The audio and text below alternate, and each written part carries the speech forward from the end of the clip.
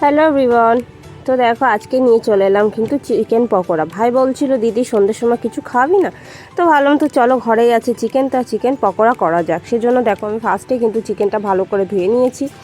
তারপরে চিকেনের মধ্যে এক এক করে কিন্তু আমি সব কিছু দিয়ে দেবো। যেরকম দিয়ে দিয়েছি ফার্স্টে স্বাদ মতো নুন, তারপরে হলুদ গুঁড়ি, আর এর মধ্যে কিছু মশলা অ্যাড করবো, যেরকম পেঁয়াজ বাটা, রসুন বাটা, আদা বাটা, এগুলো আমি দিয়ে দেবো।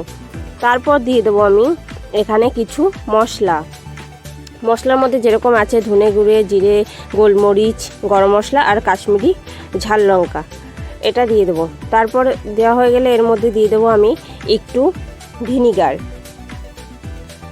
তোমরা চাইলে কিন্তু এর মধ্যে ফুড কালারও দিতে পারো, আমি কিন্তু ফুড কালারটা অ্যাড করিনি, তোমরা চাইলে দিতে পারো। সেজন্য দেখো আমি ভালো করে এগুলো হাত দিয়ে মাখিয়ে রেখে দেবো 10 মিনিট মতন।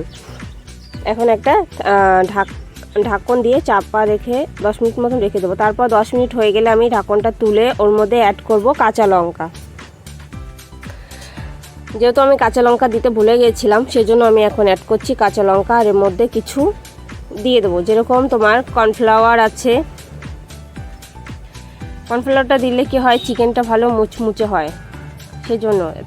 তারপরে দিয়ে দিচ্ছি বেসন আর চালের গুঁড়ো দিলে সবাই তো জানো যে চিকেনটা কতটা সুন্দর আর কতটা সফট হয় খেতে, মানে ক্রিসপি টাইপের মতন হয়। তারপরে এর মধ্যে অ্যাড করছি আমি একটা ডিমটা দেওয়া হয়ে গেলে ভালো করে মাখিয়ে আমি রেখে দেব ওই 5 মিনিট মতন। এদিকে দেখো মাখা কমপ্লিট হয়ে গেছে, আমি রেখে দিয়েছি কিন্তু 5 মিনিটের মতন। তারপর অন্যদিকে আমি কড়াই চাপিয়ে দিয়েছি, দিয়ে কড়াইটা গরম হয়ে গেলে আমি কিন্তু এখানে দিয়ে দেবো সাদা তেলটি গরম হয়ে গেলে তারপরে কিন্তু আমি এক এক করে চিকেনের পুরগুলো সব দিয়ে দেবো এক এক করে। এবার চিকেনটা যতক্ষণ না আমাদের ভাজা হচ্ছে, এই সময় কিন্তু তোমরা খেয়াল রাখবে আঁচটা কিন্তু সবসময় একটু কমিয়ে রাখবে, তাহলে এতে কি হয় আঁচটা যদি বাড়ানো থাকে চিকেনটা সঙ্গে সঙ্গে কিন্তু পুড়ে যেতে পারে, সেজন্য আঁচটা একটু কমিয়ে রাখবে। তারপরে দেখো এদিকে চিকেনটা হালকা হালকা ভাজা হয়ে গেলে এই সময়টা আঁচটা একটু বাড়িয়ে দেব, কারণ চিকেনটা ভিতরে সিদ্ধ হয়ে গেছে, ওই জন্য আমি আঁচটা এখন বাড়িয়ে। এবার কিন্তু এদিকে দেখো লাল লাল করে আমার ভাজাও কমপ্লিট হয়ে গেছে চিকেনের পকোড়াটা। এবার কিন্তু নামিয়ে নিলে হয়ে যাবে।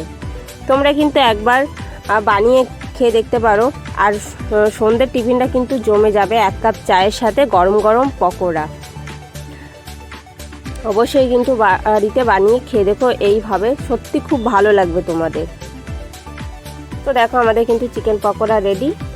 তো কেমন হয়েছে অবশ্যই কিন্তু জানিও। আজকের